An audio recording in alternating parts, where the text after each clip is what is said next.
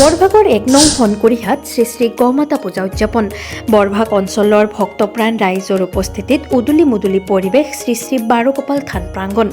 নলবাৰী জিলাৰ বৰভাগ ৰাজচক্ৰৰ অন্তৰ্গত ১ নং হনকুৰিহা সাৰ্বজনীন শ্ৰী শ্ৰী বাৰগোপাল থান প্ৰাংগণত আজি এদিনীয়া বৰ্ণাঢ্য কাৰ্যসূচীৰে উদযাপন কৰা হৈছে ২২তম বাৰ্ষিক শ্ৰী শ্ৰী গৌমাতা পূজা। ৰাতিপুৱা ধৰ্মীয় পতাকা উত্তোলন, সাৰ্বজনীন বাৰগোপাল থানৰ ভূমিদাতা প্ৰয়াত বীৰদত্ত কলিতাৰ নাম ফলকত মাল্যাৰ্পণ, বেদ ধ্বনি, বন্তি প্ৰজ্বলন, গছপুলি ৰোপণ, গৌমাতা বিহিত পূজা আৰম্ভ আৰু বাৰগোপাল সেৱাৰ লগতে দিহানাম প্ৰতিযোগিতা অনুষ্ঠিত কৰা হয়।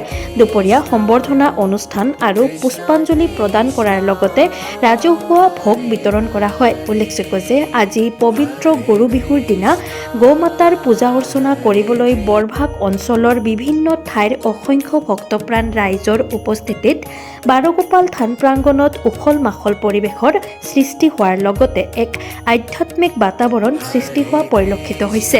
উল্লেখযোগ্য যে বাৰগোপাল থানত ভক্তসকলে যি আশা বা উদ্দেশ্য লৈ পূজা অৰ্চনা কৰে, বাৰগোপাল প্ৰভুই সেই সকলোৰে মনৰ কামনা পূৰণ কৰে বুলি গৌমাতা পূজা পৰিচালনা সমিতিৰ সভাপতি জগদীশ কলিতা আৰু সম্পাদক ভগীন্দ্ৰ কলিতাই জানিবলৈ দিয়ে।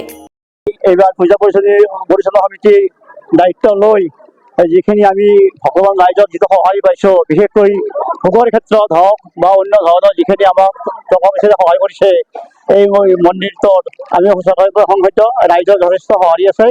এই মন্দিৰটোৰ কথা ক'বলৈ গ'লে ইয়াত সৰু সৰু ল'ৰা ছোৱালীবিলাকে ইয়াত খেল ধেমালি কৰি বাৰগোপাল মন্দিৰক সন্তুষ্ট কৰে আৰু ইয়াত ৰাইজে বিভিন্ন ধৰণৰ কল বা আদি দি এই বাৰগোপালক লগত তেখেতসকলে সহযোগ কৰি অনুষ্ঠানটো চলি আছে।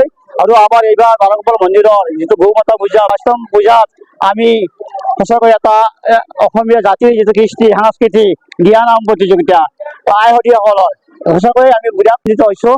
তেখেতসকলৰ যথেষ্ট সহযোগ আছে আৰু আমি এই হিচাপতে আমি সমূহ ধৰ্মৱান ৰাইজক ধন্যবাদ ৰাখিছোঁ।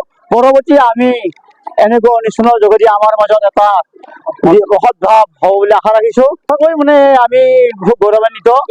আমি ইয়াত ভক্তবান ৰাইজৰ যিটো উৎসাহ উদ্দীপনা সঁচাকৈ আমি নথৈ আনন্দিত হৈছোঁ আৰু সমূহ ৰাইজক আপোনালোকৰ এই চেনেলৰ মাধ্যমেদি জনাইছোঁ যে তেখেতসকলে আহক, আমাৰ অনুষ্ঠানটি এবাৰ চাই লওক আৰু তেখেতসকলক আপোনালোকে ভোগ গ্ৰহণ কৰিবলৈ অনুৰোধ কৰিলোঁ আপোনালোকৰ চেনেলৰ যোগেদি। ধন্যবাদ। ইয়াৰ মাহাত্ম্য মই আজি ৫ বছৰৰ পৰা জানো। ইয়াৰ পৰা আমাৰ এইখন থানৰ পৰা ভাল ফল পায়। এইখন প্ৰথমতে আৰম্ভণিতে এইখন কল দিয়া থান আছিল। ইয়াত যদি থোক হিচাপে কল দিয়ে তেতিয়াহ'লে তাৰ ফল নিশ্চয় পায় আৰু সেইকাৰণে ইয়াত বাৰগোপাল নাম দিছে।